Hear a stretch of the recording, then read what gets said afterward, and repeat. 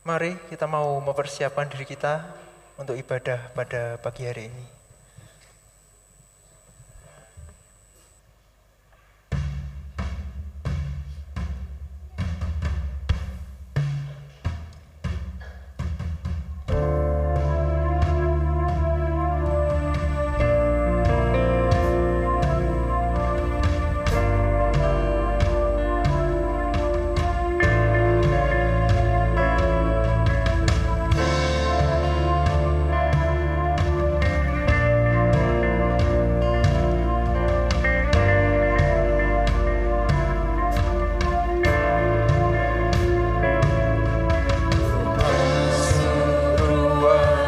Maha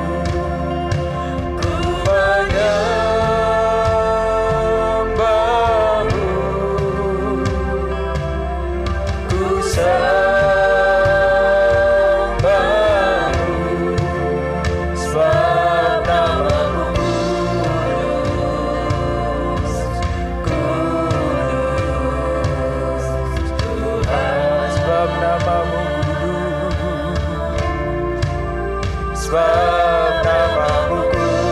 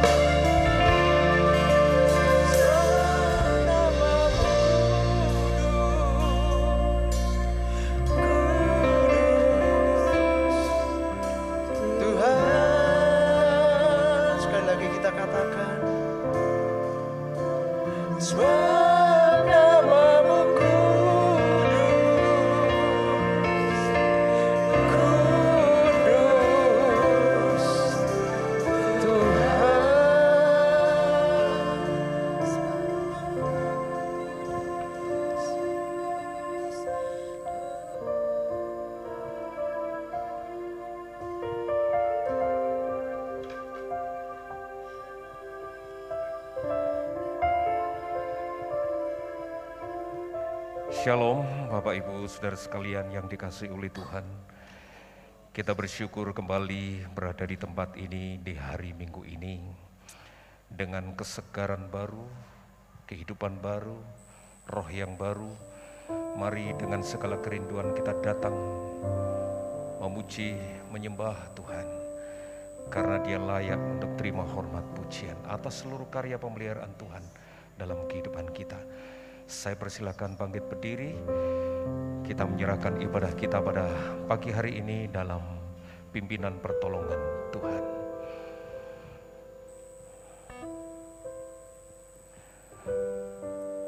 Bahwa sesungguhnya pertolongan kita datangnya dari pihak Tuhan yang memenuhi kita dengan seluruh kepenuhannya. Kita habiskan bersama ibadah pagi hari ini di dalam nama Tuhan Yesus Kristus. Turunlah atas kita sekalian dan terimalah dengan penuh sukacita kasih karunia, kuasa, dan damai sejahtera dari Tuhan Yesus Kristus. Amin. Shalom. Shalom. Dengan lebih semangat lagi, shalom. Shalom. Haleluya. Apa kabarnya Bapak Ibu? Luar biasa. Tuhan kita dahsyat. Kasih salam kanan kiri kita. Katakan Tuhan Yesus mengasihimu. Tuhan Yesus mengasihimu. Tuhan Yesus memberkatimu. Puji Tuhan. Saya percaya pagi ini mungkin membutuhkan satu dorongan ekstra ya untuk kita bisa datang ke tempat ini karena cuaca di luar yang hujan. Mungkin ada sebagian yang lebih enak untuk tinggal di rumah ya. Tetapi sungguh kita bersyukur buat Tuhan. Hari ini kita ada di tempat ini semua karena anugerah Tuhan. Haleluya. Kita mau masuk hadirat Tuhan lebih dalam lagi. Tuhan hadir di tengah-tengah kita. Dia ada bersama dengan kita pagi hari ini.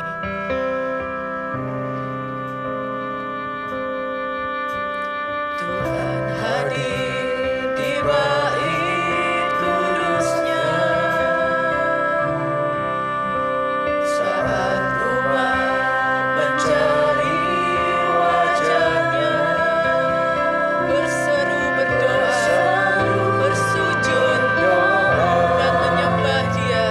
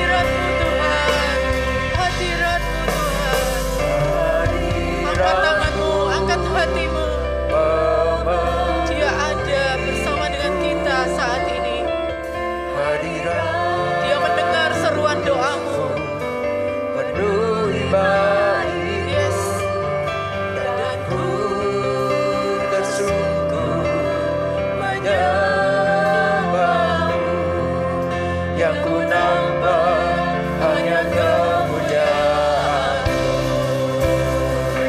Dan lebih sungguh-sungguh lagi katakan hadirat-Mu Tuhan. Memenuhiku,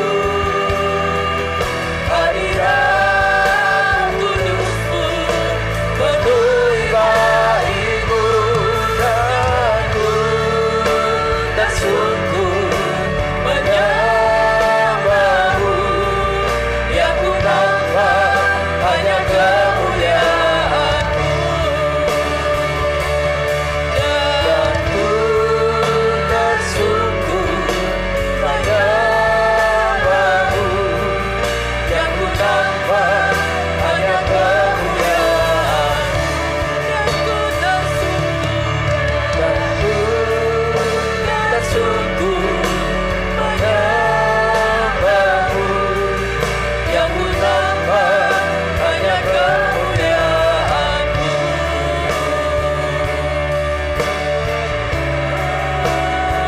Mari kita sembah Dia. Mari kita tinggikan namanya. Mari kita agungkan Dia. Naikkan sembah pujian-Mu kepada Tuhan.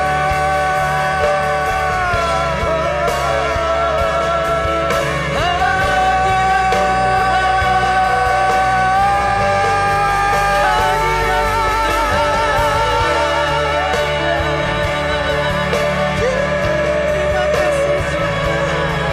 Hanya Kau yang layak ditinggikan. Kami mohon sembah Engkau Tuhan. Kami naikkan puji-pujian kami. Kami agungkan nama-Mu.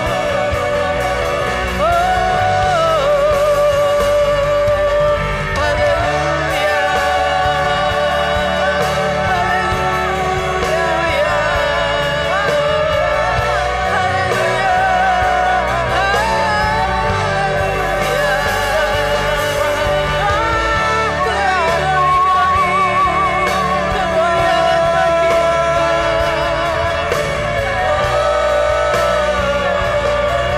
Mari naikkan ucapan syukur-Mu.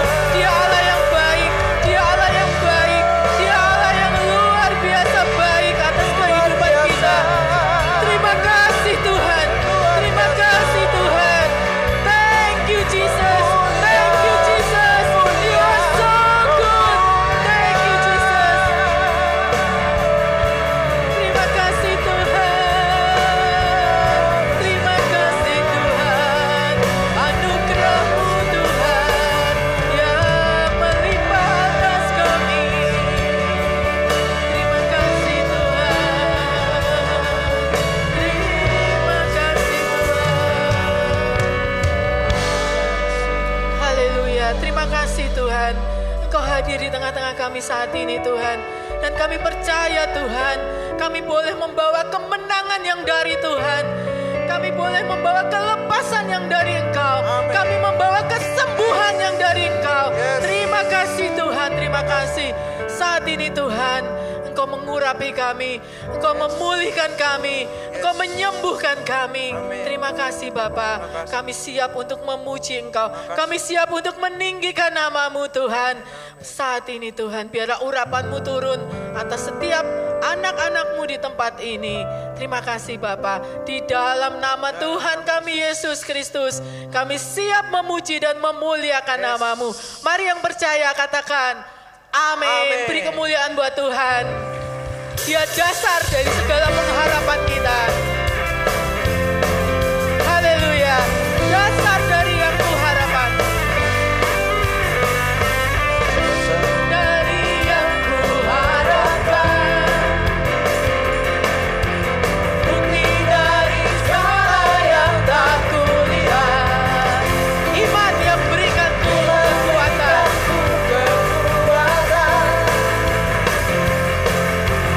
Untuk melakukan perkara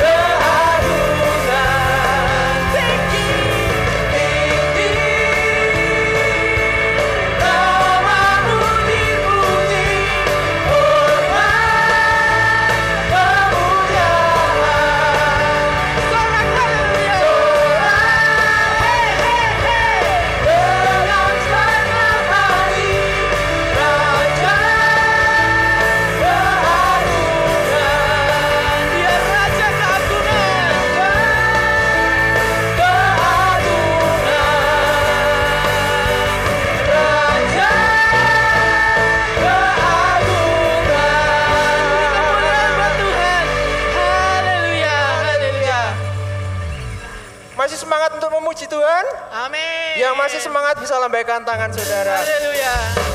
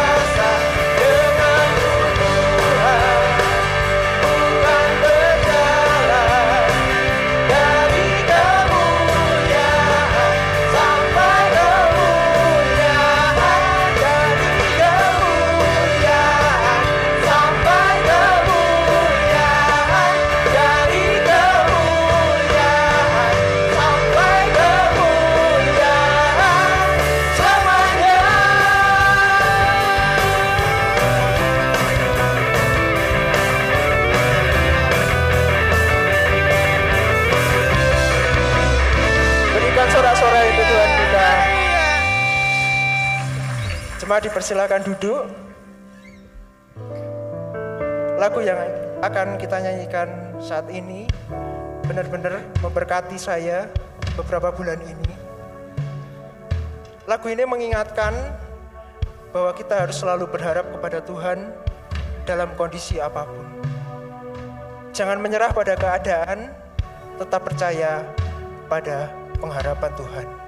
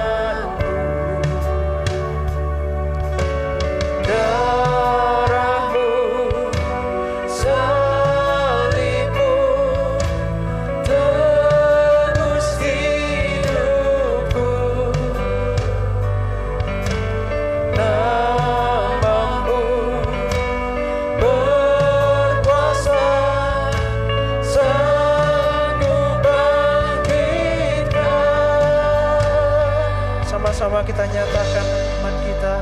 Harapanku di dalam-Mu, hanya Kau Yesus kuatku. Ku percaya, ku aman dalam-Mu.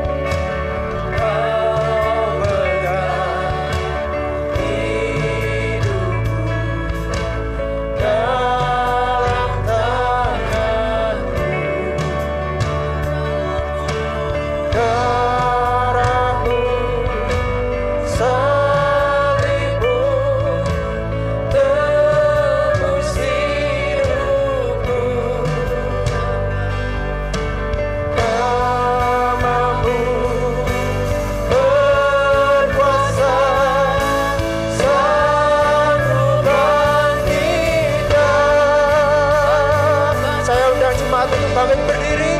Harapanku di dalam-Mu, hanya Kau Yesus kuatku. Ku percaya, ku aman dalam-Mu. Aku percaya Tuhan. Harapanku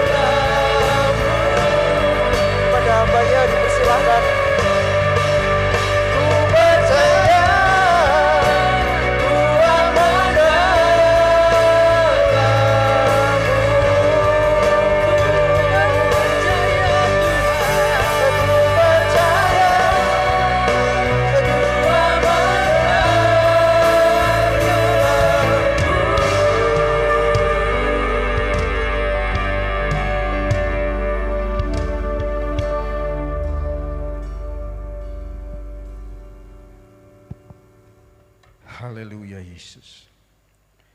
Hanya Engkau Tuhan harapan hidup kami. Kami percaya kami selalu aman di dalam Tuhan. Meskipun situasi bergoncang, dunia tidak menentu, tetapi kalau kami ada di dalam Tuhan dan Tuhan di dalam kami, maka kami merasa aman. Sebab itu Bapa di sorga, biarkah kami selalu melekat dengan Tuhan. Dalam perjalanan kehidupan kami, biarlah kami selalu berpaut kepada Tuhan. Sebab kami percaya Tuhan menuntun setiap langkah kehidupan kami.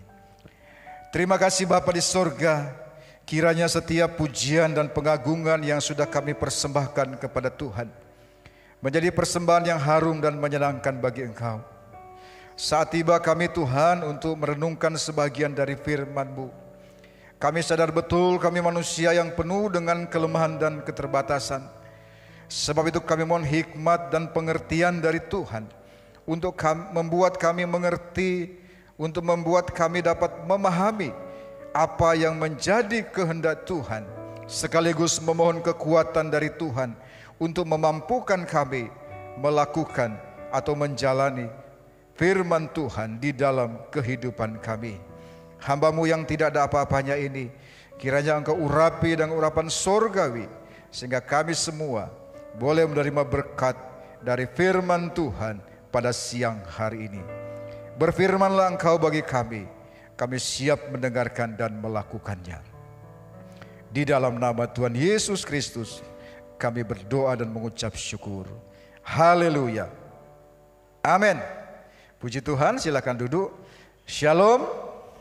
Ya, selamat siang buat kita semua, baik Bapak Ibu Saudara yang hadir beribadah di gereja maupun yang mengikuti ibadah secara online dari tempat kediaman Bapak Ibu Saudara semua. Mari dalam waktu yang berharga ini kita akan bersama-sama merenungkan sebagian dari firman Tuhan. Pembacaan firman Tuhan saya bacakan dari kitab Ulangan pasal yang ke-31. Ulangan 31 ayat 12 dan ayat yang ke-13. Sekali lagi Ulangan 31 ayat 12 dan ayat 13. Demikian firman Tuhan. Seluruh bangsa itu berkumpul, laki-laki, perempuan dan anak-anak, dan orang asing yang diam di dalam tempatmu, supaya mereka mendengarnya dan belajar takut akan Tuhan Allahmu, dan mereka melakukan dengan setia segala perkataan hukum Taurat ini, dan supaya anak-anak mereka yang tidak mengetahuinya dapat mendengarnya dan belajar takut akan Tuhan Allahmu. Selama kamu hidup di tanah kemana kamu pergi, menyeberangi sungai Yordan untuk mendudukinya. Renungan pada siang hari ini saya beri judul Belajar Takut akan Tuhan. Bapak Ibu Saudara yang kekasih di dalam Tuhan, kita sama-sama menyadari bahwa hidup ini adalah pembelajaran. Kita mungkin sudah pernah selesai atau diwisuda pada jenjang pendidikan tertentu, strata tertentu. Tetapi belajar itu belum selesai. Bahkan belajar itu sebenarnya tidak pernah selesai.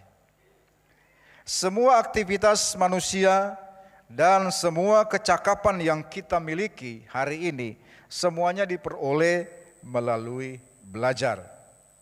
Kita belajar berjalan, belajar makan, belajar berbicara, dan belajar yang lain-lainnya. Bahkan orang-orang yang terlahir dengan bakat-bakat tertentu tetap saja perlu belajar untuk mengasah dan memaksimalkan bakatnya tersebut. Orang-orang yang lahir dengan bakat-bakat istimewa tetap saja perlu belajar agar bakat istimewanya itu bisa diasah, dimaksimalkan supaya lebih baik lagi tentu saja. Karena pasti akan ada perbedaan. Orang dengan bakat yang sama, yang satu diasah, belajar untuk dilatih, terlatih, sedangkan yang satu tidak, itu pasti hasil akhirnya itu berbeda. Kita tentu masih ingat dalam ajang-ajang pencarian bakat seperti Indonesian Idol misalnya, bakat menyanyi. Mereka mencari orang-orang yang memang punya bakat menyanyi, bukan orang yang mau menyanyi saja, tapi betul-betul punya bakat menyanyi. Salah satu juri pernah mengatakan bahwa dalam ajang seperti ini kita mau cari orang yang memang punya bakat nyanyi. Ada banyak orang yang berani menyanyi, tapi belum tentu punya bakat menyanyi. Ada orang yang bisa menyanyi dengan keras-keras, tapi belum tentu punya bakat menyanyi. Apalagi menyanyi dengan spesialisasi tertentu atau dengan warna tertentu. Sehingga kan kita bisa dengar suaranya, sekarang ini misalnya kita bisa dengar suaranya, dari nyanyinya orang sudah dengar, oh ini suaranya si Ariel Noah misalnya. Oh ini suaranya kalau Bapak Ibu yang di era 80-90, oh ini suaranya Pance Pondaak misalnya.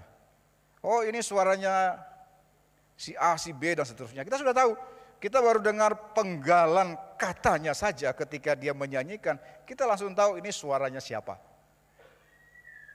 Karena punya ciri khas tertentu, dan itu yang dicari oleh mereka. Nah, setiap hari ada ilmu baru. Kalau kita melihat di media sosial, tayangan-tayangan di YouTube misalnya, ada penemuan-penemuan cara baru dalam melakukan aktivitas setiap hari untuk memudahkan hidup ini. Mungkin kita biasa seperti di rumah misalnya, kalau ada sendal jepit kita yang putus, kan biasa itu, suka putus talinya itu, biasa kita mungkin buang atau disambung dengan caranya kita, tetapi itu kadang tidak nyaman untuk dipakai. Tapi kalau kita lihat instruksi-instruksi atau tips-tips yang diberikan di internet misalnya, ada cara-cara untuk membuat supaya sendal jepit itu tetap baik dipakai. Kadang-kadang kita mungkin berapa sendal jepit dibuang saja begitu, kita beli yang baru. Tapi ada cara-cara yang kreatif yang diberikan supaya kita bisa memaksimalkan menggunakan kembali sandal jepit yang putus itu bisa dimanfaatkan kembali dan nyaman untuk dipakai. Kita sebelumnya mungkin tidak tahu, tapi sekarang jadi tahu. Dan lain-lain karena setiap hari ada ilmu baru, ada penemuan cara-cara baru yang lebih efektif dalam kita menjalani aktivitas hidup ini. Nah jadi seumur hidup kita akan terus belajar. Bahkan ada yang bilang bahwa kalau kita berhenti belajar itu sama saja kita berhenti hidup. Karena hidup adalah pembelajaran. Nah, Bapak Ibu Saudara yang kekasih di dalam Tuhan, demikian pula dalam kehidupan rohani kita. Tuhan terus mendidik kita. Tuhan terus mengajar kita. Bukankah kita sebagai orang Kristen sering menyebut diri kita sebagai murid Kristus? Murid ya tugasnya belajar. Nah dalam bacaan kita pada siang hari ini, kita melihat bagaimana Tuhan menyuruh kepada umatnya untuk belajar takut akan Tuhan. Belajar takut akan Tuhan. Nah kita juga sama-sama menyadari bahwa untuk mengalami pemenuhan janji Tuhan di dalam kehidupan kita, sebagaimana harapan kita yang tertuang dalam tema besar kita untuk tahun ini, kita tahu bahwa itu tidak akan mungkin terjadi dengan begitu saja. Dan salah satu yang harus kita lakukan adalah bagaimana kita belajar takut akan Tuhan. Dan kalau kita membuka Mazmur pasal yang ke-119, di sana kita menemukan, katakan saja, Tuhan sudah menyediakan modul pembelajaran buat kita. Apa yang kita perlu belajar dari Tuhan? Atau bagaimana Tuhan mengajar kita umatnya, supaya betul-betul kita bisa mengalami pemenuhan janji Tuhan di dalam kehidupan kita. Supaya kita betul-betul bisa belajar takut akan Tuhan. Mari kita baca yang pertama. Dalam Mazmur pasal yang ke-119 ayat yang ke-7. Firman Tuhan berkata, Aku akan bersyukur kepadamu dengan hati jujur, apabila aku belajar hukum-hukum-Mu yang adil. Yang pertama, yang kita belajar dalam takut akan Tuhan adalah belajar hukum-hukumnya atau ketentuan-ketentuannya atau peraturannya. Hukum atau peraturan untuk mengatur hidup orang yang percaya kepadanya. Kita sama-sama tahu bahwa hukum itu ada untuk mengatur, untuk menciptakan keteraturan. Coba saja bayangkan kalau di jalan raya tidak ada hukum. Setiap orang bisa berkendara dengan seenaknya saja. Pasti akan terjadi kekacauan di sana. Maka ada lampu lalu lintas untuk mengatur, merah berhenti, yang lain boleh jalan. Hijau kita jalan, di sebelah pasti merah. Dan setiap orang ketika mematuhi hukum, maka sepadat apapun lalu lintas itu pasti bisa berjalan dengan lancar. Yang terjadi kan adalah ketika ada sekelompok orang atau satu dua orang yang tidak taat hukum. Harusnya dia berhenti, dia jalan. Sementara dari sebelah sana juga jalan. Ketika hukum itu tidak dipatuhi atau tidak berjalan sebagaimana seharusnya, maka kekacauan terjadi. Hukum itu dia buat untuk supaya keteraturan itu ada. Maka dalam perjalanan kehidupan kita, dalam kita mengiring akan Tuhan, Tuhan membuat hukum melalui firman-Nya untuk menjamin supaya kita berhasil di dunia ini dan sorga menanti kita. Bukankah dia berkata bahwa jika engkau baik-baik mendengar suara Tuhan Allahmu dan melakukan dengan setia? Salah satu suara Tuhan Allahmu atau firman Tuhan itu adalah hukum-hukumnya atau peraturan yang dia buat.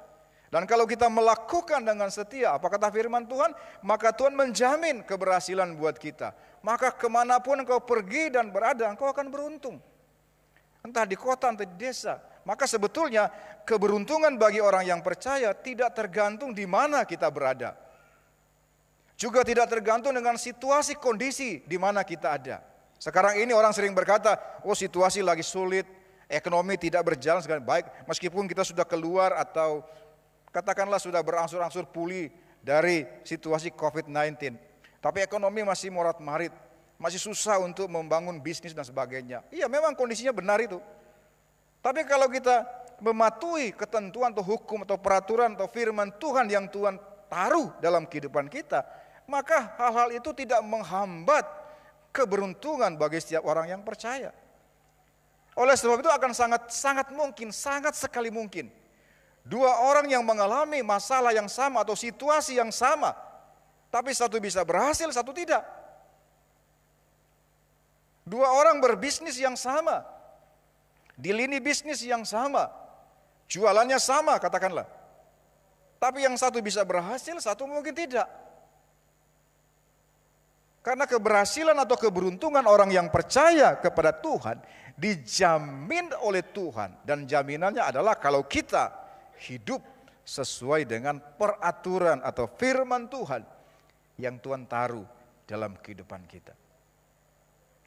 Kalau kita menata kehidupan kita sesuai firman Tuhan, maka tidak ada hambatan bagi Tuhan untuk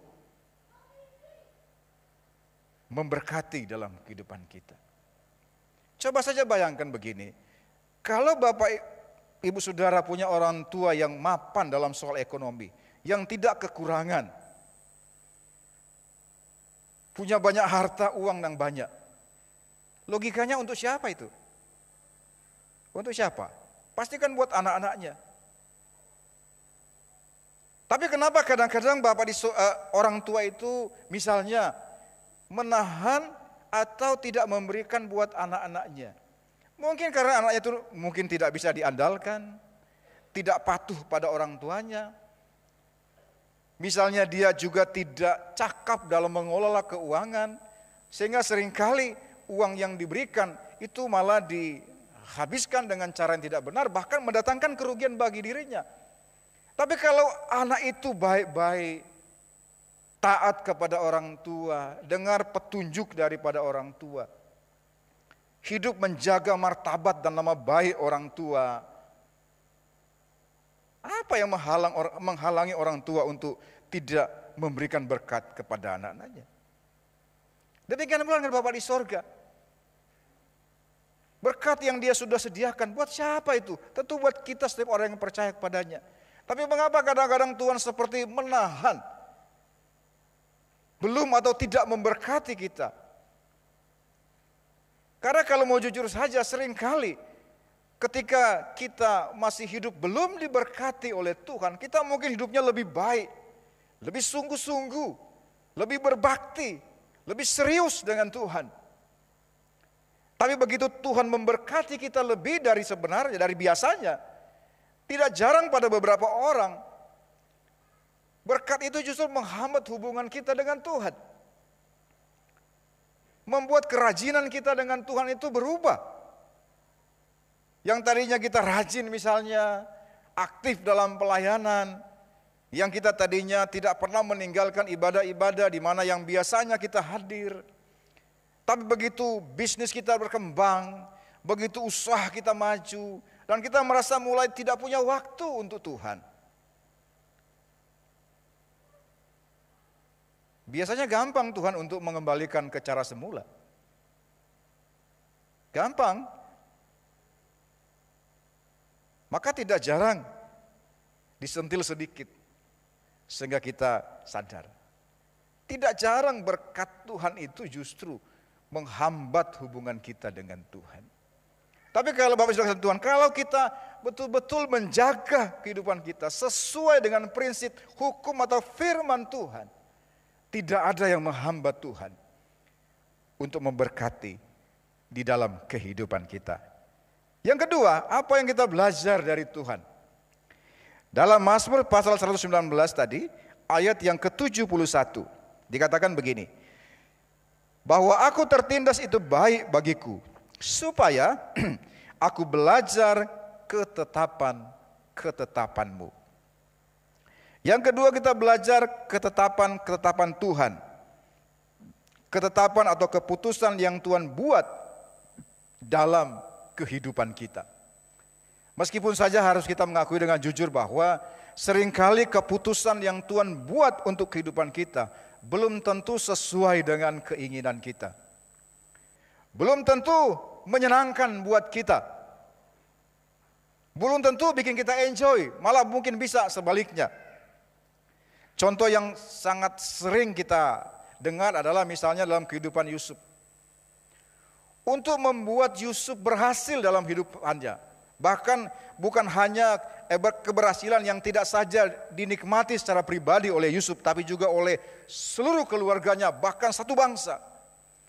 Maka Tuhan membuat sebuah keputusan di dalam kehidupan Yusuf. Dan keputusan itu bisa kita lihat kisahnya dalam kitab Kejadian, bahwa kesengsaraan demi kesengsaraan Tuhan izinkan datang dalam kehidupannya. Ketika Tuhan merancangkan sesuatu atau memutuskan bahwa Yusuf dipilih oleh Tuhan untuk sebuah tujuan yang mulia, bukan hanya buat dirinya tapi juga buat bangsanya, maka jalannya itu tidak mulus. Jalannya itu tidak menyenangkan. Kalau saya bertanya kepada kita semua, siapa yang mau seperti Yusuf? Mungkin kita akan sebagian mengatakan, saya mau Pak, karena kita tahu cerita akhirnya. Tapi ketika kita menjalani kehidupan seperti itu pada dasarnya orang tidak mau. Kita kadang-kadang suka punya salah persepsi begini ya. Kadang orang persepsinya begini, kalau sesuatu itu dimulai oleh kehendak Tuhan, atas pimpinan Tuhan, maka pasti jalannya lancar-lancar saja dan mulus-mulus saja. Kita suka begitu, oh ini, apalagi kalau orang sudah mulai berkata, oh ini dari Tuhan. Saya membuka bisnis ini dapat ide, dapat hikmat dari Tuhan, bahkan dikuatkan oleh beberapa hamba Tuhan. Sehingga ketika saya memulai ini semua dari Tuhan. Saya yakin betul ini memang dikasih Tuhan, datangnya dari Tuhan. Lalu kita mulai berpikir bahwa kalau begitu pasti semuanya lancar, mulus-mulus saja. Padahal kita tidak bilang begitu. Contoh yang sering kali kita dengar atau yang sering disampaikan adalah ketika Tuhan memilih bangsa Israel dari Mesir ke Kanaan, itu kan kehendak Tuhan. Tuhan mengutus Musa. Keluarnya mereka dari Mesir menuju Kanaan itu kehendak Tuhan, rencana Tuhan, bahkan dalam pimpinan Tuhan yang kelihatan. Nggak main-main loh, itu Tuhan kelihatan benar oleh mereka. Tapi apakah mereka mulus-mulus saja di jalan? Ya, kita semua tahu ceritanya, tidak begitu. Mestinya perjalanan cuma hanya mungkin beberapa minggu ditempuh, tapi kemudian berubah menjadi 40 tahun perjalanan. Tidak mudah. Jadi bukan berarti kalau saya memulai sesuatu atas hikmat dan pimpinan Tuhan, maka semua akan berjalan dengan baik. Oh, tidak begitu. Kita akan melalui proses tadi itu. Sama seperti Yusuf tadi itu. Tuhan sudah menetapkan yang terbaik buat Yusuf dan buat keluarganya, bahkan buat bangsanya. Tapi jalan yang dia tempuh itu tidak enak, tidak mudah, dan tidak menyenangkan. Tapi itulah jalan atau keputusan yang Tuhan buat dia. Itu shortcutnya atau jalan pintasnya begitu. Coba bayangkan kalau Yusuf ke Mesir, misalnya, dia mencari pekerjaan. Apakah mungkin dia akan sampai ke istana sebagai orang penting pada masanya itu? Itu kecil sekali kemungkinannya. Maka hal itu kemudian dipangkas oleh Tuhan. Dibuat jalan pintas. Bagaimana ketika Tuhan sudah tahu bahwa beberapa waktu kemudian akan terjadi kelaparan yang nanti akan memunahkan bangsa-bangsa lain. Dia akan mendatangkan kesulitan. Maka Tuhan sudah kirim dulu utusan mendahului mereka, saudara-saudaranya. Sebagaimana disampaikan oleh Yusuf ketika dia bertemu dengan saudara-saudaranya setelah bertahun-tahun kemudian ketika dia diperlakukan tidak adil oleh saudara-saudaranya. Tuhan punya cara. Dan cara yang Tuhan buat itu belum tentu sesuai dengan keinginan Yusuf itu. Sama saja dengan kehidupan kita. Kadang-kadang Tuhan untuk mengangkat Bapak Ibu Saudara, memajukan karir kita, memajukan bisnis dan usaha kita, atau dan lain sebagainya. Seringkali Tuhan pakai cara-cara yang mungkin tidak pernah kita bayangkan dan kita pikirkan, dan mungkin kita tidak mau kalau ditawarkan duluan.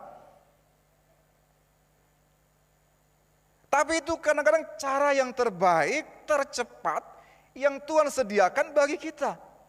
Oleh sebab itu ketika saudara dalam kondisi seperti ini, jangan buru-buru untuk menyalahkan diri sendiri. Oh, karena saya punya dosa. Oh, karena saya punya kesalahan. Oh ya, kalau punya tentu harus bertobat, koreksi diri.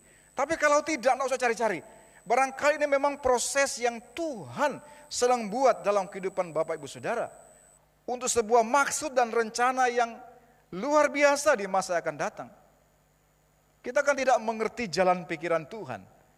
Termasuk bagaimana rencana Tuhan dalam kehidupannya. Seperti Yusuf misalnya. Apa salahnya dia mimpi? Hanya karena dia bermimpi dan dia ceritakan kepada saudara-saudaranya. Lalu saudara-saudaranya atas kehendak Tuhan merancangkan yang buruk dalam kehidupannya. Orang mimpi kan tidak salah. Yusuf bermimpi bahwa dia jadi dalam tanda petik ya, jadi pemimpin buat saudara-saudaranya. Namanya juga mimpi. Orang mau percaya, mau tidak kan tidak masalah. Kalau tiba-tiba saudara ada teman cerita, oh tadi malam saya mimpi, saya jadi wali kota atau bupati Kudus lah misalnya.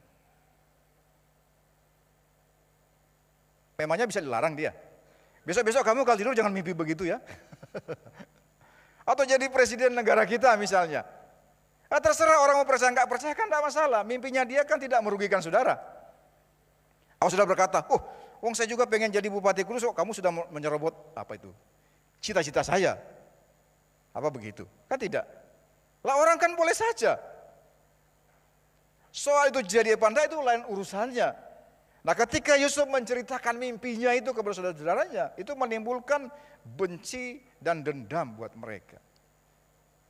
Tetapi ternyata kalau kita melihat secara keseluruhan dari kehidupan Yusuf, benci dan dendam itu sebetulnya diizinkan oleh Tuhan. Bahkan kalau saya boleh bilang, merupakan bagian dari rencana Tuhan untuk mengirim Yusuf ke Mesir. Karena dari peristiwa itulah kemudian Yusuf dibenci, lalu kemudian dia dibuang ke sumur, lalu kemudian dijual kepada orang Ismail, lalu dijual ke Mesir, ke Potifar, bekerja di rumah Potifar, lalu timbul masalah dengan tante Potifar, lalu kirim ke penjara. Nah di penjaralah dia mendapat akses langsung ke istana Firaun. Caranya kan tidak enak. Tapi karena kita sebagai orang yang percaya kepada Tuhan, apapun keputusan yang Tuhan kerjakan atau lakukan di dalam kehidupan kita, itu pasti yang terbaik untuk saya dan saudara.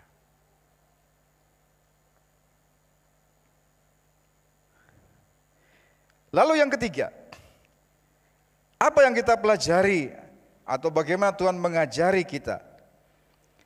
Kalau yang pertama kita belajar hukum-hukumnya, yang kedua belajar ketetapan-ketetapannya, yang ketiga Mazmur 119 ayat 73. Tanganmu Tuhan telah menjadikan aku dan membentuk aku, berilah aku pengertian supaya aku dapat belajar perintah-perintahmu.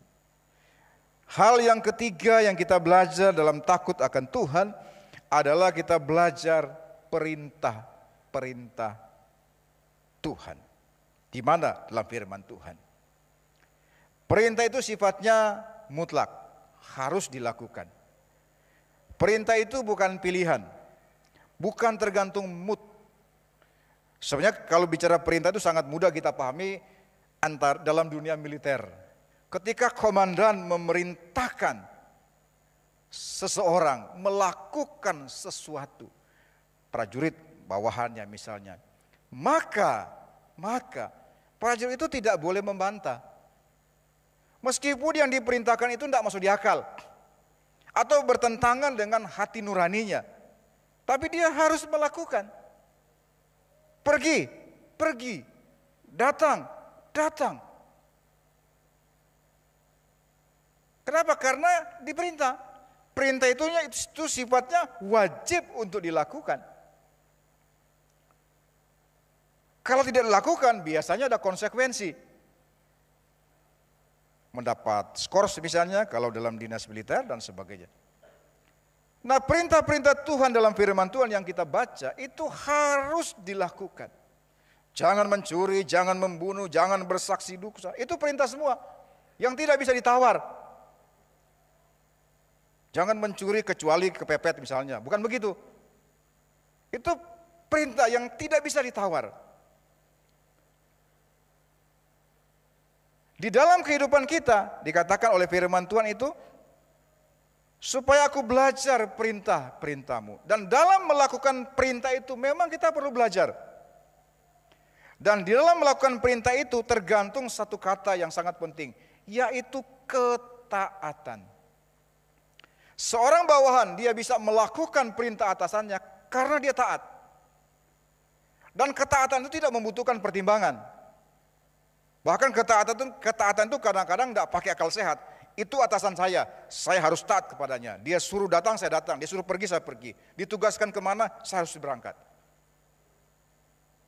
Bahkan disuruh melakukan sesuatu yang tidak masuk di akal, saya lakukan. Nah, masih ramai kan kasus yang sedang di media, di berita itu. Seorang jenderal menyuruh menembak. Maka dari itu banyak pengamat-pengamat yang kemudian mengatakan dia harus dibebaskan, harusnya itu yang anak buahnya disuruh itu. Dia kan melaksanakan perintah atasannya. Cuma barangkali hukum berbicara lain yang kita tidak pahami, tapi dia melakukannya itu. Tentu karena yang nyuruh itu adalah punya kapasitas, punya power yang bisa menyuruh melakukan itu. Terlepas yang disuruh atau perintah itu perintah nyeleneh, tapi dia dalam kapasitas melakukan perintah atasan. Bagaimana yang orang sebelumnya katanya yang kemudian menolak tidak melakukan. Barangkali mungkin dia bebas secara hukum, tapi beberapa pengamat mengatakan bahwa itu di karir militernya itu sudah selesai itu. Tidak mungkin ada lagi atau perwira lain yang mau jadi anak buahnya begitu. Mungkin dia lolos dari jerat hukum, oke. Tapi karir militernya itu sudah selesai itu. Karena sudah ketahuan dia membangkang perintah atasan. Dan dalam dunianya mereka itu tabu sekali. Pokoknya kalau atasan bilang, apalagi jenderal bilang kepada prajurit, lakukan ini, ya harus dilakukan. Memang mungkin dia tidak dipenjara, tapi dalam karirnya sebagai militer dia sudah selesai. Tidak ada lagi perwira yang mau, katakanlah menjadi atasannya. Kenapa? Karena dia sudah melanggar perintah. Dan itu sekali lagi hal yang tabu sekali dalam dunia militer. Nah, di dalam kehidupan kita, ketika Tuhan memerintahkan sesuatu, Hanya kita ingat Tuhan itu kan baik dan adil. Dia tidak akan mungkin memerintahkan kita melakukan sesuatu yang tidak baik. Itu bedanya saja. Tetapi semua apa yang Tuhan perintahkan di dalam kehidupan kita, kita harus lakukan. Dan untuk bisa melakukannya karena di balik daripada perintah itu mengandung janji berkat. Bukankah kita berkata di dalam Mazmur 133. Dia berkata, kesanalah aku memerintahkan berkat-berkatnya. Kepada orang yang Tuhan berkenan, kepada orang yang percaya kepadanya, Tuhan memerintahkan berkat. Diperintah kok. Kirim berkatnya ke Pak Yo misalnya. Siapa berkat tidak mungkin protes itu. Kirim berkatnya ke Pak Ferry misalnya. Kalau Tuhan sudah memerintahkan, tidak ada yang bisa menghambat, menghalangi. Nah, cuma persoalannya adalah sebelum Tuhan memerintahkan berkat-berkatnya atau sesuatu dalam kehidupan kita, kita juga harus punya ketaatan melakukan perintah Tuhan. Nah, kadang-kadang kan jujur saja, kadang-kadang kan tidak berimbang. Kita mau Tuhan perintahkan berkat di dalam kehidupan kita. Perintahkan berkat untuk karir saudara. Perintahkan berkat dalam hubungan keluarga saudara. Perintahkan berkat dalam bisnis saudara. Tapi persoalannya bagaimana apakah kita juga mentaati perintah Tuhan? Kan mesti berimbang itu. Seimbang antara bagaimana kita mentaati perintah Tuhan di dalam kehidupan kita. Dan bagaimana Tuhan memerintahkan berkat-berkatnya di dalam kehidupan saya dan saudara. Ketika Tuhan berkata, jangan kamu meninggalkan ibadah misalnya. Dalam Ibrani pasal 10 ayat 25. Itu perintah. Kata-kata jangan, lakukan, itu perintah. Itu tidak bisa ditawar itu. Beda kalau ada kata, hendaklah kamu. Nah, lain lagi ceritanya itu. Tapi kalau kata-kata seperti jangan, lakukan. Itu perintah. Dan tidak bisa ditawar. Nah, bagaimana kita melakukan dalam kehidupan kita? Kita mau Tuhan bersegera memerintahkan berkat-berkatnya di dalam kehidupan kita. Jangan ditunda-tunda. Nah, cuma pertanyaannya adalah apakah kita juga bersegera dalam melakukan kehendak Tuhan, perintah Tuhan. Kalau kita melakukan itu semua, tidak ada yang menghalangi Tuhan untuk memberkati di dalam kehidupan saya dan saudara. Amin.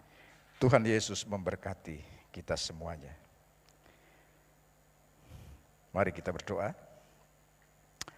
Terima kasih Bapa di dalam surga, kami terus mau belajar akan takut akan Tuhan. Sebagai bagian dari pengiringan kami kepadamu.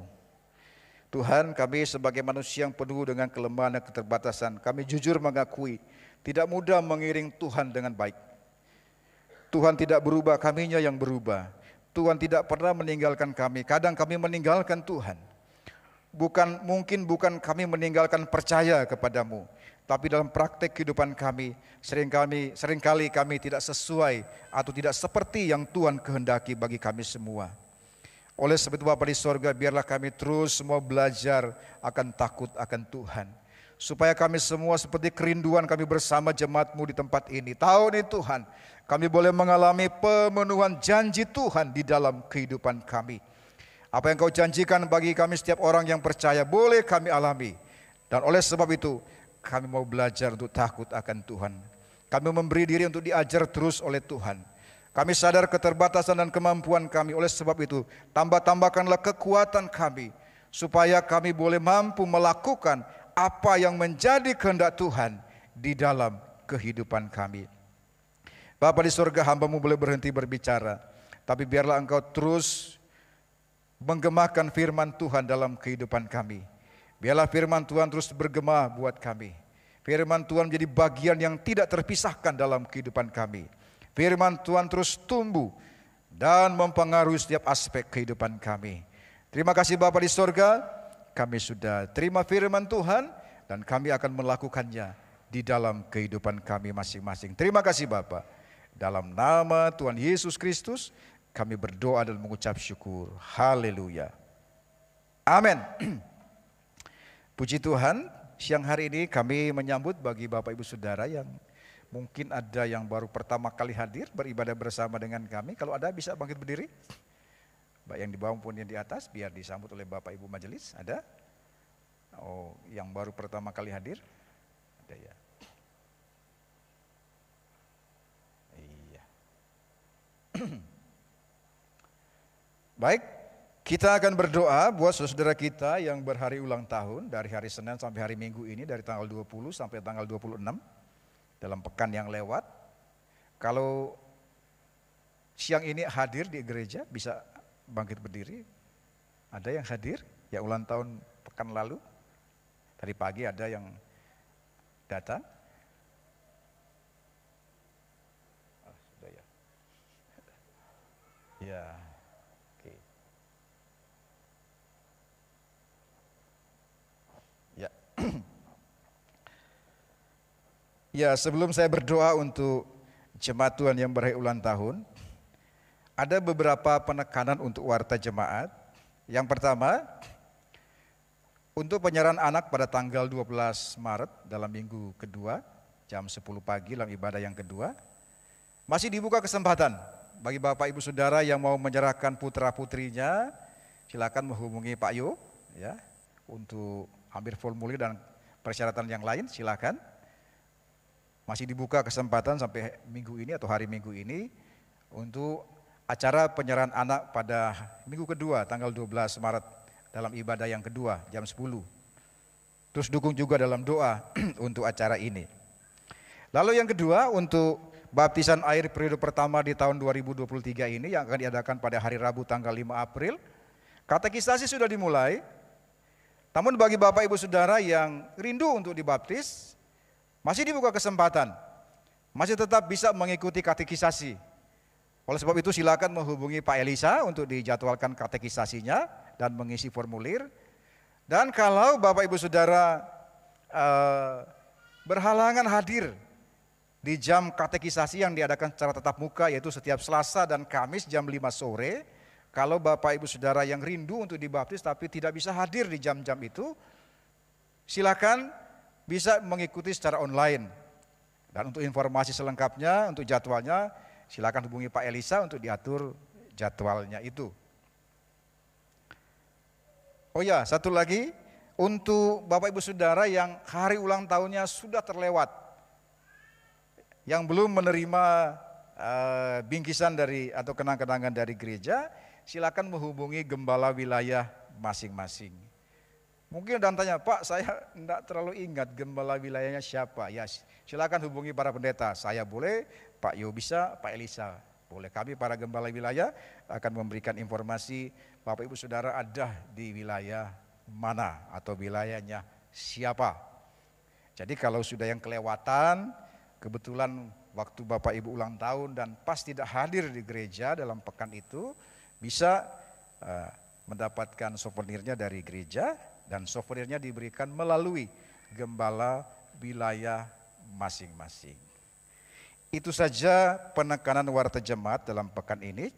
Untuk info selengkapnya, Bapak Ibu Saudara bisa membacanya dalam lembar warta jemaat, baik lembar warta jemaat cetak maupun digital yang sudah dibagikan kepada jemaat-jemaat. Mari kita berdoa, dukung dalam doa untuk jemaat Tuhan yang berhari ulang tahun dan mereka yang sedang terbaring dalam kelemahan tubuh. Bapa di surga, kami bersyukur karena kejadian kami dahsyat bersama dengan saudara-saudara kami yang dalam pekan ini berhari ulang tahun. Tuhan, kami bersyukur atas kasih karunia yang Tuhan sudah nyatakan di dalam kehidupan mereka. Tuhan sudah menolong dalam kehidupan mereka, baik secara pribadi, keluarga, karir mereka. Dan Tuhan sudah memberkati mereka dalam segala hal, berkat-berkat jasmani maupun berkat-berkat rohani. Terima kasih Bapa di surga untuk penyertaan-Mu yang sempurna bagi saudara-saudara kami, sehingga mereka boleh ada hingga hari ini, satu bukti bahwa Tuhan menyertai dan memberkati di dalam kehidupan mereka. Oleh sebab itu kami percaya Tuhan, perjalanan hidup mereka ke depan, tahun-tahun yang akan mereka jalani, sebagaimana Tuhan sudah menolong mereka di tahun-tahun yang lewat, maka pertolongan Tuhan yang sama bahkan lebih luar biasa lagi akan menjadi bagian dalam kehidupan mereka. Oleh sebab itu, biarlah saudara-saudara kami yang berhari ulang tahun, mereka boleh hidup dalam kasih karunia Tuhan, melakukan firman Tuhan, hidup dalam kebenaran, sehingga mereka boleh menikmati janji penyertaan Tuhan yang sempurna di dalam kehidupan mereka. Demikian pula Tuhan, kami bersama-sama siang hari ini membawa saudara-saudara kami jemaat-Mu saat ini yang sedang berada dalam kelemahan tubuh. Mereka yang sedang sakit, baik mereka yang dirawat di rumah sakit, di rumah mereka masing-masing. Apapun kelemahan tubuh yang mereka alami, Tuhan, kami percaya Engkau yang menciptakan kami. Engkau tahu persis setiap organ-organ tubuh kami, bahkan sel-sel terkecil dalam tubuh kami yang mengalami gangguan. Sebab itu kami percaya pun bahwa kuasa-Mu tidak berubah, dulu, sekarang, dan sampai selama-lamanya. Kiranya Engkau melawat umat-Mu yang sedang sakit, memulihkan kesehatan mereka, menyembuhkan mereka. Dan sembari mereka menantikan kesembuhan dari Tuhan, sembari mereka menantikan jawaban dari Tuhan, menantikan lawatan Tuhan, Tuhan kuatkan dan teguhkan iman mereka. Tubuh boleh lemah, tetapi iman tetap kuat di dalam Tuhan. Kami berdoa untuk semua sarana medis yang mereka gunakan, termasuk obat-obat yang mereka konsumsi. Kiranya Tuhan urapi itu semua, sehingga menjadi alat dan cara Tuhan untuk menolong saudara-saudara kami mendapatkan kesembuhan dan pemulihan yang sempurna dari Tuhan. Terima kasih Bapa di sorga, Engkau menolong saudara-saudara kami dalam kelemahan tubuh untuk menunggu dan mendapatkan kejawaban pertolongan dari Tuhan. Di dalam nama Tuhan Yesus Kristus kami berdoa dan mengucap syukur. Haleluya. Amin. Puji Tuhan, saya serahkan ke Pak Yo.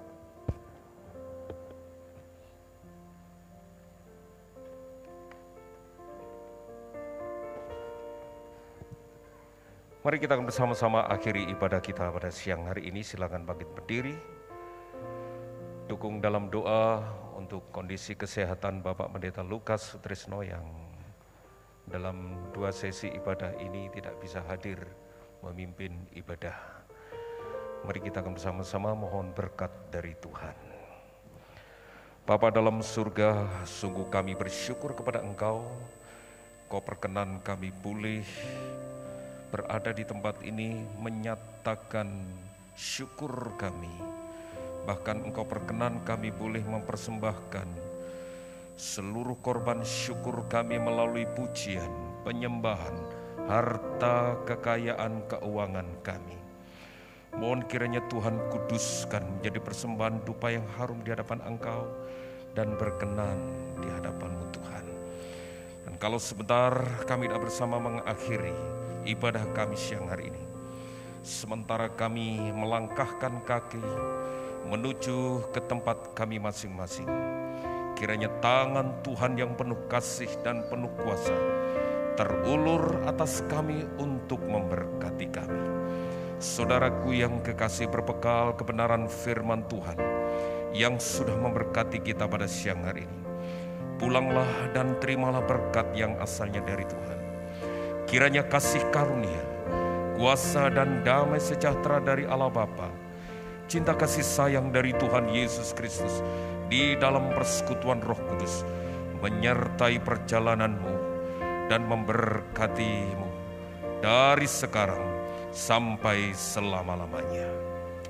Amin.